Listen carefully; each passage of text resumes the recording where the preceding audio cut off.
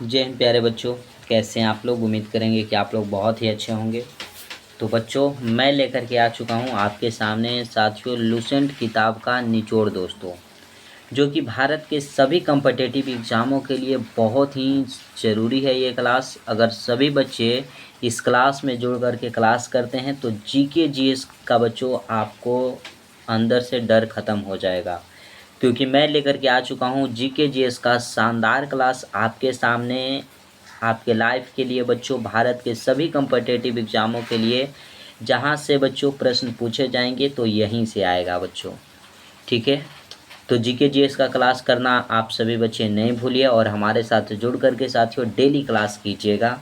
Class को जो भी बच्चे करेंगे वो पूरा करेंगे और क्लास में साथियों अंत तक बने रहेंगे, ताकि जितने भी प्रश्न बच्चों आपको हम बताएं वो सारे प्रश्न इस क्लास से याद हो जाए, ताकि बच्चों आपको दोबारा केवल रिवीजन की ज़रूरत हो।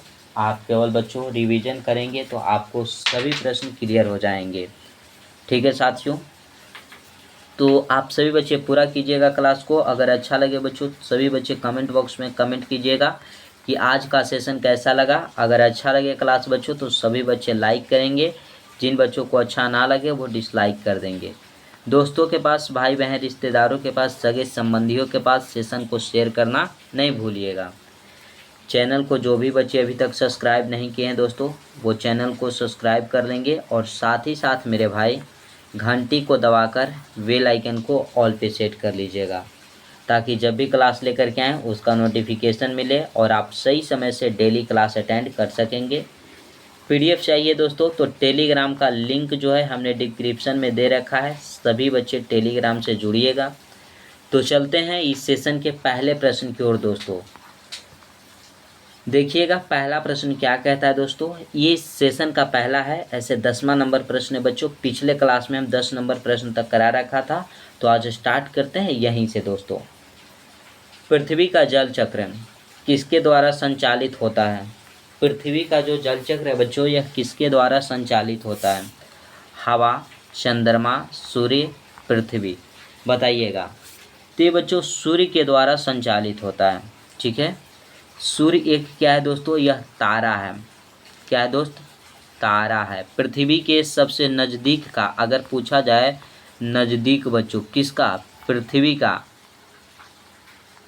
पृथ्वी का बच्चों सबसे नज़दीक का तारा अगर आपसे पूछ दिया जाए कौन सा है, तो ये हो जाता है सूर्य हो जाता है, ठीक है। क्लियर है बच्चों। अब सूर्य के बारे में कुछ जानकारियां ले लेते हैं। सूर्य जो है बच्चों, इसका अगर हम आपसे बात करें कि बाहरी, क्या बच्चों, बाहरी सतह इसका होता है, सतह का तापमान अगर आपसे पूछ दिया जाए तापमान कितना होता है दोस्तों, तो आप क्या बताइएगा। सूर्य के बाहरी सतह का जो तापमान होता है वो होता है दोस्तों 6000 डिग्री सेल्सियस, यह बाहरी तापमान हो गया। इसका केंद्रीय भाग क्या होता है बच्चों, सूर्य का अगर केंद्रीय भाग आपसे पूछ दिया जाए भाग क्या होता है, तो ये होता है क्रोड। क्या होता है दोस्त, क्रोड। क्रोड का तापमान आपसे पूछा जाए तो क्रोड का तापमान बहुत ज़्यादा होता है बच्चों, 1.5 × 10⁻7 डिग्री सेल्सियस होता है। क्लियर है मेरे भाई, क्लियर है। आप सभी बच्चे बताइएगा। सूर्य से बच्चों कौन सी गैस सबसे अधिक निकलती है, तो हाइड्रोजन गैस जो होता है बच्चों, हाइड्रोजन जो होता है वो सूर्य में सबसे अधिक मात्रा में पाया जाता है, 71% पाया जाता है।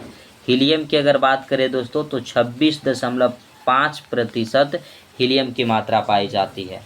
तो क्या दोस्तों ये प्रश्न आप सभी बच्चों को क्लियर है। क्लियर है तो सभी बच्चे बताइएगा। प्रश्न अगर बच्चों यहाँ से आता है तो क्या आप बता दीजिएगा। तो चलते हैं अगले प्रश्न पे। इसमें एक और जान लेते हैं बच्चों। पृथ्वी जो है इसको नीला ग्रह कहा जाता है। नीला ग्रह कहा जाता है बच्चों। पृथ्वी का एकमात्र उपग्रह जो है, उपग्रह, वो है चंद्रमा। अगला प्रश्न, प्रश्न देखिएगा नेक्स्ट क्या कहता है। नेक्स्ट प्रश्न है दोस्तों कि समष्टि अर्थशास्त्र को निम्न में से किस रूप में परिभाषित किया जा सकता है। समष्टि अर्थशास्त्र बच्चों मैक्रो इकोनॉमिक्स को किस रूप में परिभाषित किया जा सकता है? तो इसको बच्चों अर्थशास्त्र की, मेरे भाई, इसको परिभाषित किया जा सकता है अर्थशास्त्र की एक शाखा जिसमें समग्र रूप से अर्थव्यवस्था के व्यवहार और प्रदर्शन का अध्ययन किया जाता है। ऑप्शन नंबर डी जो है वो राइट आंसर हो जाएगा। सभी बच्चे डी को लॉक कर लीजिएगा। ठीक है, नेक्स्ट प्रश्न दोस्तों, अर्थशास्त्र में औसत उत्पाद बराबर खाली स्थान भाग श्रम क्या होता है? परिवर्तनीय लागत, सीमांत उत्पाद, निश्चित लागत या कुल उत्पाद? सभी बच्चे आंसर को बताइएगा। तो बच्चों औसत उत्पाद इक्वल टू होता है कुल उत्पाद बटा बच्चों श्रम, बटा क्या हो जाएगा? श्रम। यहाँ भाग है तो यहाँ पर हो जाएगा बच्चों कुल उत्पाद। ऑप्शन नंबर डी में देखिएगा total product. Option number D क्या हो जाएगा आपका साथियों? Right answer. सभी बच्चे ऑप्शन नंबर डी को लॉक कर लीजिएगा। अगला प्रश्न देखिएगा क्या कहता है। प्रश्न है बच्चों कि भारत में बैसाखी का त्यौहार वर्ष 1699 में सिख के खाली स्थान गुरु गोविंद सिंह द्वारा स्थापित खालसा पंथ की स्थापना का प्रतीक है। बताइएगा। केमे गुरु गोविंद सिंह थे बच्चों? केमा गुरु थे गुरु गोविंद सिंह? गुरु गोविंद सिंह बताइएगा बच्चों। तो यहाँ पे सिखों के 10वें गुरु थे, उनका नाम था गुरु गोविंद सिंह, जिनके द्वारा स्थापित खालसा पंथ की स्थापना का प्रतीक है बच्चों। अब ये देखिएगा, भारत में बैसाखी का त्यौहार जो है वो 1699 ईस्वी में सिख के लिए मनाया जाता है। ठीक है, अब सिख से बात होता है बच्चों, सिख धर्म, इसको साथियों ऊपर कर लेते हैं और यहाँ पे आप लोगों को इम्पोर्टेंट जो प्रश्न है सिख के गुरु के बारे में चर्चा यहाँ पे हम करेंगे। अब ये देखिएगा दोस्तों, प्रश्न आता है आपका, प्रश्न आता है बच्चों कि सिख धर्म में, सिख जो धर्म है, सिख धर्म बच्चों, इसमें कितने गुरु हैं? टोटल अगर पूछ दिया जाए बच्चों, टोटल गुरु कितने हुए? टोटल गुरु कितने थे दोस्तों? तो आप सभी बच्चे का आंसर आना चाहिए था कि सर 10 था। सिख धर्म का अगर आपसे संस्थापक पूछ दिया जाए, संस्थापक कौन हो जाएगा, तो बच्चे क्या बताएंगे? आंसर बच्चों को क्या आना चाहिए? तो सर गुरु नानक देव, गुरु नानक देव जी जो थे दोस्तों, वो सिख धर्म के संस्थापक थे। टोटल 10 गुरु हुए। गुरु नानक देव सिखों के प्रथम गुरु थे, फर्स्ट गुरु थे।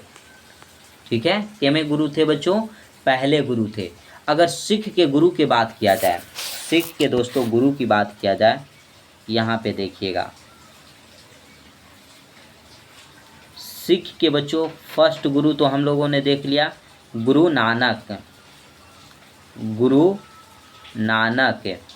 देव। ठीक है दोस्तों, देव। अगर बच्चों इसी तरह आपसे सेकंड गुरु पूछ दिया जाए, फिर पूछ दिया जाए बच्चों थर्ड गुरु पूछ दिया जाए, फोर्थ गुरु पूछ दिया जाए बच्चों, 5वां गुरु पूछ दिया जाए, तो क्या आप बताइएगा?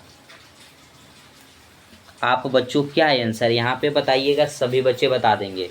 हम पूछ रहे हैं आपसे बच्चों कि सिखों के दूसरे गुरु कौन थे?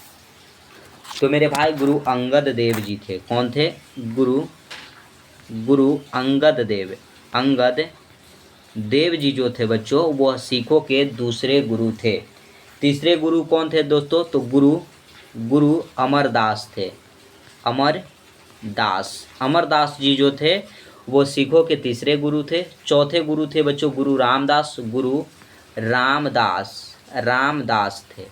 5वें गुरु थे बच्चों गुरु अर्जुन देव बच्चों, गुरु अर्जुन देव जी जो थे वो सिखों के 5वें गुरु थे। तो ये बच्चों इम्पोर्टेंट आपके लिए प्रश्न था, ये एग्जाम में पूछे जाते हैं। सिखों के गुरु पूछ दिए जाते हैं बच्चों कि सिखों के 5वें गुरु कौन थे। सिखों के संस्थापक पहले गुरु को माना जाता है गुरु नानक देव जी को। ठीक है, 10वें गुरु कौन थे? तो गुरु गोविंद सिंह थे बच्चों। चलिए अगले प्रश्न की ओर चलेंगे बच्चों। दूसरे गुरु अंगद देव, तीसरे गुरु अमरदास, चौथा गुरु गुरु रामदास, पांचवा गुरु अर्जुन देव। ये पांचों गुरु का नाम याद रखिएगा और सभी बच्चे कमेंट बॉक्स में इस गुरुओं का नाम जरूर लिखेंगे। ठीक है दोस्तों, अगले प्रश्न की ओर चलेंगे। अगला ध्यान दीजिए।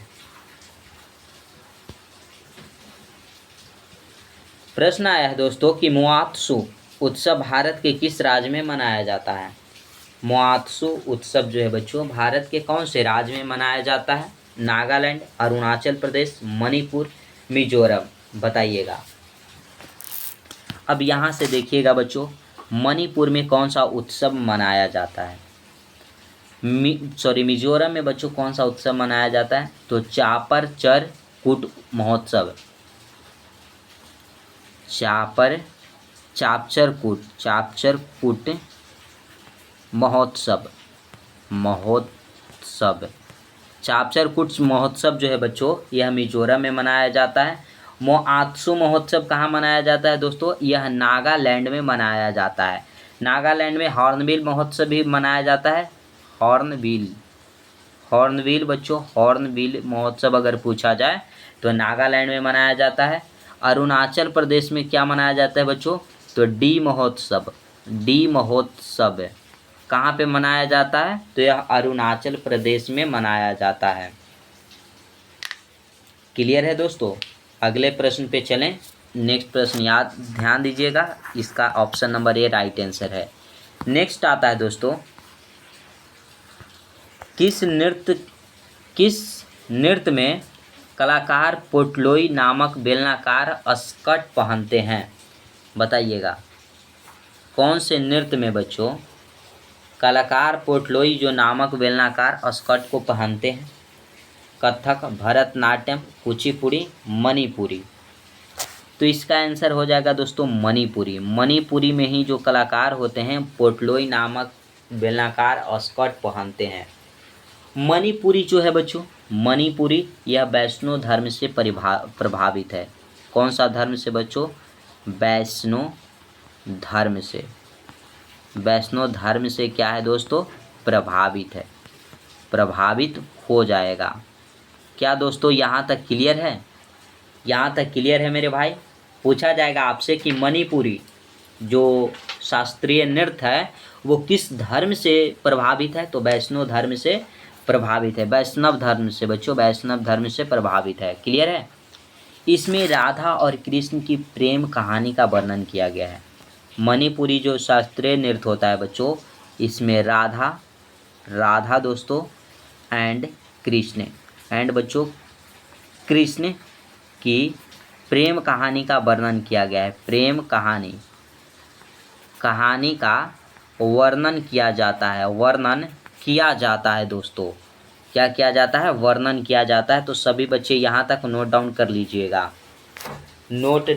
लीजिएगा बच्चों, ताकि सभी प्रश्नों के बारे में जानें।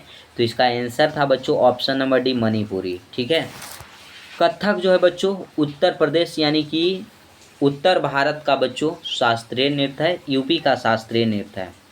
भरतनाट्यम तमिलनाडु का हो जाता है बच्चों। कुचिपुड़ी जो है वो आंध्र प्रदेश का हो जाता है। शास्त्रीय नृत्य की संख्या है बच्चों 9, जिसमें जो भरतनाट्यम है यह सबसे प्राचीन, सबसे पुरानी शास्त्रीय नृत्य है। सबसे पुरानी शास्त्रीय नृत्य आपसे पूछ दिया जाए तो ये हो जाएगा बच्चों भरतनाट्यम। ठीक है। ये कुचिपुड़ी जो है बच्चों आंध्र प्रदेश में मनाई जाती है। यह पीतल के थाल से संबंधित है। पीतल के बच्चों थाल, जो थाली होता है, थाल से संबंधित है। क्या है बच्चों, संबंधित है दोस्तों। तो क्या यहाँ तक क्लियर हो जाएगा, पीतल के थाल से संबंधित हो जाएगा।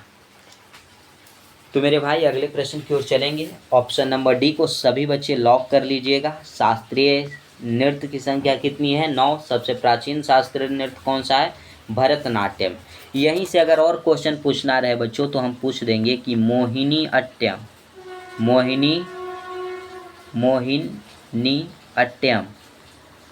अट्टम किस राज्य का नृत्य है, शास्त्रीय नृत्य है। तो ये हो जाता है बच्चों केरला का हो जाता है। कहाँ का होता है बच्चों, केरला का हो जाता है। ठीक है, अगले प्रश्न पे चलेंगे बच्चों। अगला प्रश्न देखिएगा। नेक्स्ट प्रश्न कहता है, अभी तक जो भी बच्चे चैनल को सब्सक्राइब नहीं किए हैं वो चैनल को सब्सक्राइब कर लेंगे मेरे भाई। चैनल को सब्सक्राइब करना कोई भी बच्चा नहीं भूलेगा।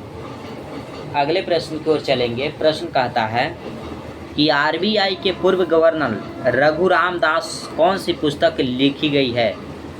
आरबीआई के पूर्व गवर्नर रघुराम द्वारा बच्चों कौन सी पुस्तक को लिखी गई है, बताइएगा। I do what I do, the emergency Indian democracy, darkest hour, फिर है बच्चों द अनसीन इंदिरा गांधी, आप फिर अगला आता है the ministry of utmost happiness. बताइएगा। RBI reserve bank of India के बच्चों पूर्व गवर्नर जो रघुराम जी थे, इनके द्वारा कौन सी पुस्तक लिखी गई है। तो लिखी गई थी बच्चों I do what I do. Option number A आपका राइट आंसर हो जाएगा। I do what I do जो पुस्तक है वो रघुराम के द्वारा लिखी गई पुस्तक है। तो क्या यहाँ तक बच्चों क्लियर है? क्लियर है मेरे भाई, नोट डाउन कीजिएगा सभी बच्चे। द इमरजेंसी आर्ट ऑफ क्या बच्चों, द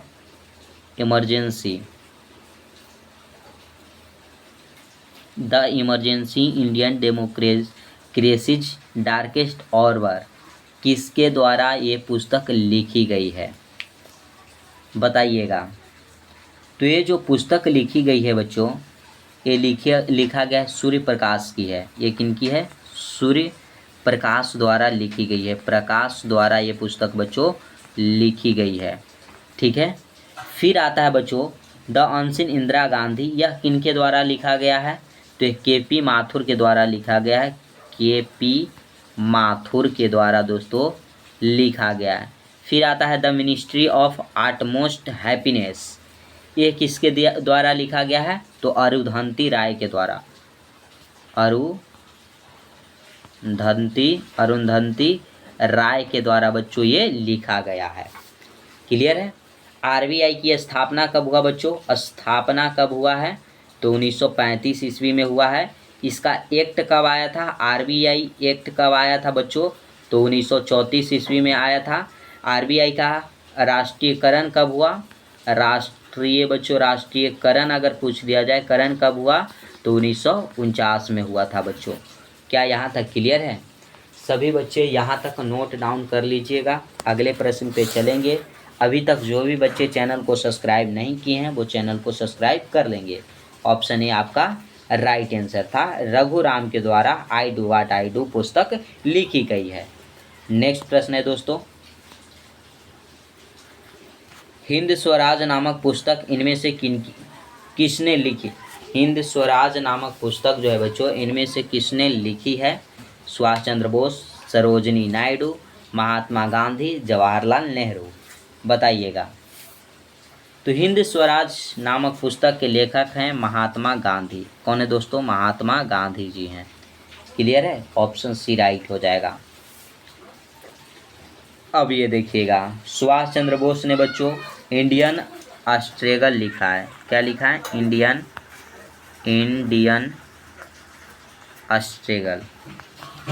स्ट्रगल जो है बच्चों, इंडियन स्ट्रगल पुस्तक किसने लिखी? सुभाष चंद्र बोस ने। सरोजिनी नायडू की अगर बात करें बच्चों, तो द गोल्डन थ्रेशोल्ड किसने लिखा? द गोल्डन थ्रेशोल्ड लिखे हैं इन्होंने। The golden threshold the golden threshold किसने लिखा बच्चों? तो सरोजिनी नायडू ने लिखा है। जवाहरलाल नेहरू की अगर बात करें तो इन्होंने बच्चों भारत की खोज पुस्तक लिखी है। भारत की खोज पुस्तक किसने लिखा? तो जवाहरलाल नेहरू ने। यंग इंडिया पत्रिका किनका है बच्चों? तो यह महात्मा गांधी का हो जाएगा। यंग इंडिया किनका है? तो यह महात्मा गांधी द्वारा लिखा गया पुस्तक है। क्लियर है मेरे भाई। यहाँ तक क्लियर है तो सभी बच्चे बताएंगे। ऑप्शन सी को लॉक कर लीजिएगा। हिंद स्वराज नामक पुस्तक किसने लिखी? तो महात्मा गांधी ने लिखा है। ठीक है, अगले प्रश्न पे चलेंगे। नेक्स्ट प्रश्न देखिएगा। The God of small things उपन्यास किसने लिखा है? The God of small things उपन्यास किसने लिखा दोस्तों? किरण देसाई, चेतन भगत, सलमान रुश्दी, अरुंधति राय। बताइएगा किसने लिखा। तो लिखने वाले व्यक्ति हैं बच्चों अरुंधति राय। ऑप्शन नंबर डी आपका राइट आंसर हो जाएगा, अरुंधति राय। ठीक है, चेतन भगत के द्वारा लिखा गया है बच्चों हाल्फ गर्लफ्रेंड। क्या लिखा गया है? Half girlfriend. पुस्तक किसने लिखी? तो चेतन भगत ने लिखा बच्चों। 5 पॉइंट समवन इन्हीं का लिखा हुआ पुस्तक है। 5 पॉइंट समवन पुस्तक किसने लिखी? तो ये चेतन भगत ने लिखा बच्चों। सलमान रुश्दी के द्वारा कौन सी पुस्तक लिखी गई है? तो मिडनाइट चिल्ड्रेन। मिडनाइट बच्चों,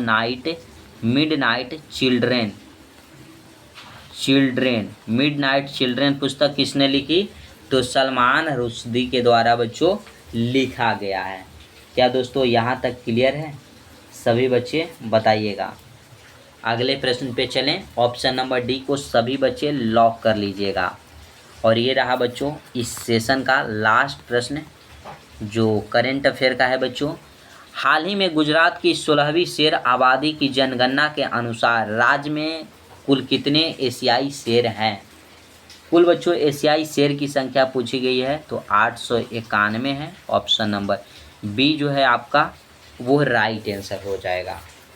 तो दोस्तों यहाँ तक क्लियर है। सभी बच्चे कमेंट बॉक्स में कमेंट कीजिएगा कि ये सेशन दोस्तों आप सभी बच्चे को कैसा लगा। सेशन अच्छा लगा हो तो सभी बच्चे लाइक करेंगे, जिन बच्चों को अच्छा नहीं लगा हो वो सेशन को डिसलाइक कर देंगे। ठीक है दोस्तों, अपने दोस्तों के पास, भाई बहन रिश्तेदारों के पास, सगे संबंधियों के पास सेशन को शेयर करना नहीं भूलिएगा। चैनल को अभी तक जो भी बच्चे सब्सक्राइब नहीं किए हैं वो चैनल को सब्सक्राइब करके घंटी को दबाकर बेल आइकन को ऑल पे सेट कर लीजिएगा, ताकि जब भी क्लास लेकर के आएँ तो उसका नोटिफिकेशन मिले और आप सही समय से क्लास अटेंड कर सकेंगे। दोस्तों PDF के लिए सभी बच्चों को मैंने बता रखा है कि टेलीग्राम का लिंक जो है वो डिस्क्रिप्शन में दिया रहता है। आप सभी बच्चे टेलीग्राम से जुड़िए, और नहीं तो बच्चों टेलीग्राम पे सर्च कीजिएगा मोटिवेशन गुरु मिथिलेश। एक बार सर्च कीजिएगा बच्चों, सर्च कीजिएगा और ग्रुप में सभी बच्चे ज्वाइन हो जाइएगा। ठीक है, तो आज के लिए बस इतना ही। जय हिंद मेरे प्यारे शेर शेरनियों।